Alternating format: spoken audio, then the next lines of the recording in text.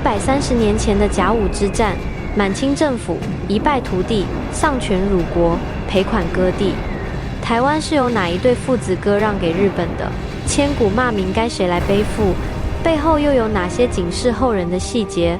以为之役130周年，台湾光复80周年之际，一起来回顾一下那段华人的屈辱史，看看台湾岛上的如烟往事。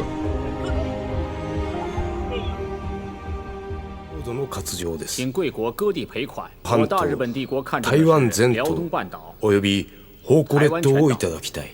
还有澎湖列岛，国がはたいた軍事費費保証していただきたい。3億200万银。宰相有权能割地，签条约割让台湾的是李鸿章父子。在日本马关的中日谈判中，伊藤博文对李鸿章及其养子李经方等中方代表极尽羞辱之能事，而李鸿章则唯恐和议停战不成。谈判期间，李鸿章被日本浪人小山丰太郎打了一枪，让日本政府有点狼狈理亏。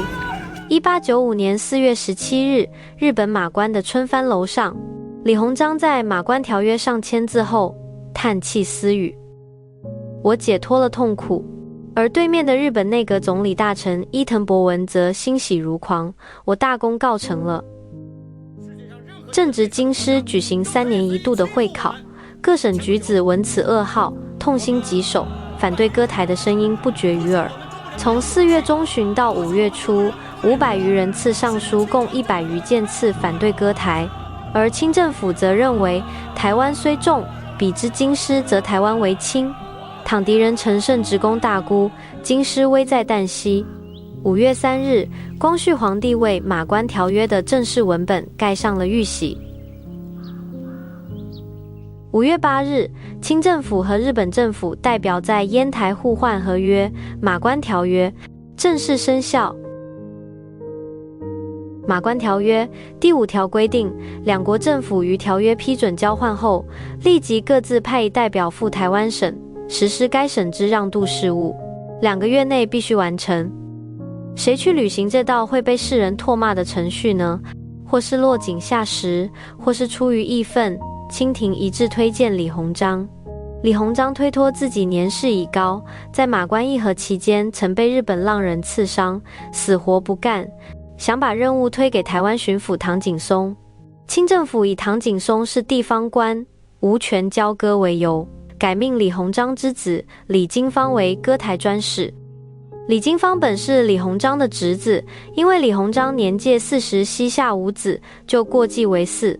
后来李鸿章有了儿子，但仍以李经方为嗣子，称之为大儿，极为器重。李经方知道其中利害，也不愿去。于是李鸿章办了一件大逆不道之事，他给总理衙门发电报，说李经方没去过台湾，情况不熟悉，而且老毛病犯了，最近有点神志不清，根本不能胜任。这下把光绪皇帝惹恼了，发圣旨把李鸿章严厉斥责了一顿，言辞要求不得推脱逃避，耽误了时机，唯李经方是问。李经方只能接了这个千夫所指的差事。1895年5月30日，他从上海出发去交割台湾。这趟交割之行是晚清外交史上的一大怪象。李代表满清政府却搭乘德国商船，悬挂德国旗号，半途有日本军舰护航。他去交割台湾，却不敢踏上台湾本岛半步。6月2日，李经方乘船到达基隆外海，后来在船上向日方代表华山资纪递交了交接台湾文具。李经方为何寄到台湾却又不上岸？是因为台湾岛民心情激昂，已不听政府命令，且认为台湾割让是李家父子谈判不利导致的。李经方登岛必遭斩杀，签马关条约，将台湾割给日本，这对宰相父子被骂10000年也难解国人之恨。举头3尺有神明，切莫做愧对祖宗之事啊！